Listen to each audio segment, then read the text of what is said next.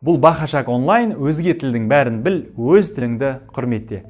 Ал осы видео сабақта біз мына сандарды қытайша айта алатын боламыз. Қараңыздар, астын сызып қойған сандар ол жаңа сөздер. Біз әлі өткен жоқпыз. Ал асты сызылмағандар оны біз өткен сандар. Ал кеттік, қараңыздар.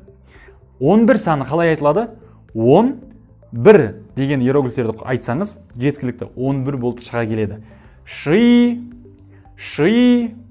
Ши, бұл 11.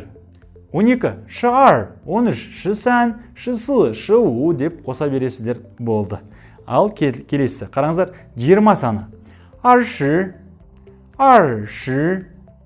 2, 10. Сонда 20. Аршы. Ал мысалы 23 саны. Аршысан, бұл 20. 23.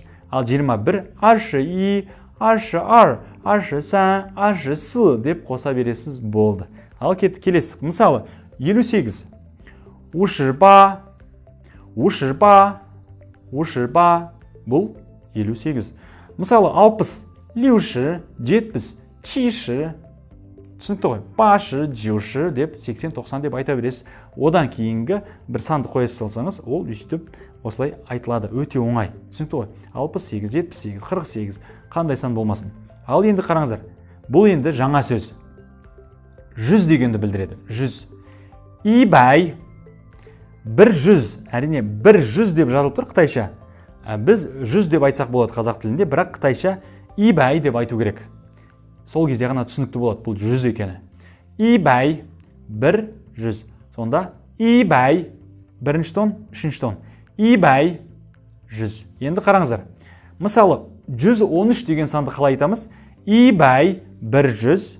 Сосын иші, осындай күрделі сандарды айтқан кезде, 10-ды айтқан кезде иші деп айтамыз. 10-ды. Жай ғана шы демейміз. Мысалы, жай 11 деген кезде ши дейміз.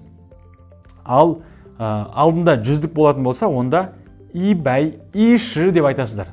Әрине, аршы, саншы, 20-30 деген кезде бәрібір сан айту керек, бірақ 10 деген кезде осылай иші деп айтасыздар. Ал кеттік.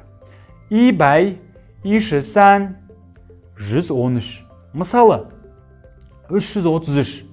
Сәнбай, сәнші, сан деп айтасыз, болды, өте оңай. Ал кеттік, енді бұл 0 деген сан. Қараңыздар, лең, екінші тон қысқа уақыттың ішінде тез айтамыз.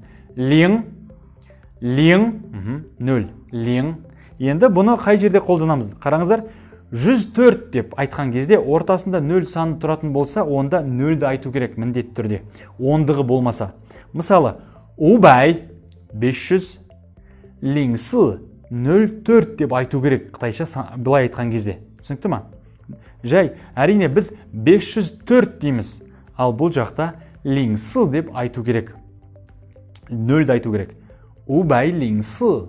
Мысалы, 405 деп айтатын болсаңыз, сыбай, сы деген 4, сыбай, 400, леңу, 05. Сонда 5405. Түсінікті ғой? Өте оңай құрылымы. Енді бүгінгі сандарды қайталап шығайық. Қараңыздар, 11 саны, ши, 11. Келесі, 23 саны, аршы, сан, 23. Келесі 20. Аршы. 58. Ушырба. 100. Ибай. 113.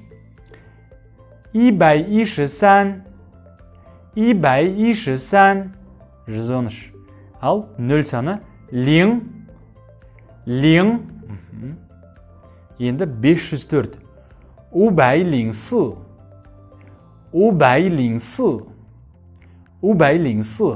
504 деген сан. Міне енді осындай күрделі сандарды қытайша айта аласыздар, жаза аласыздар. Міндетті түрде барынша көбірек тыңдап тұрыңыз, қайталап тұрыңыз. Айтпақшы бізге жіберіп тексертуді ұмытпаңыздар. Жазыңыз, аудио файлдарыңызды жіберіңіз, тексертіп түзеп береміз. Бұл Бахашак онлайн, өзге тілдің бәрін біл, өз тіліңді құрметте.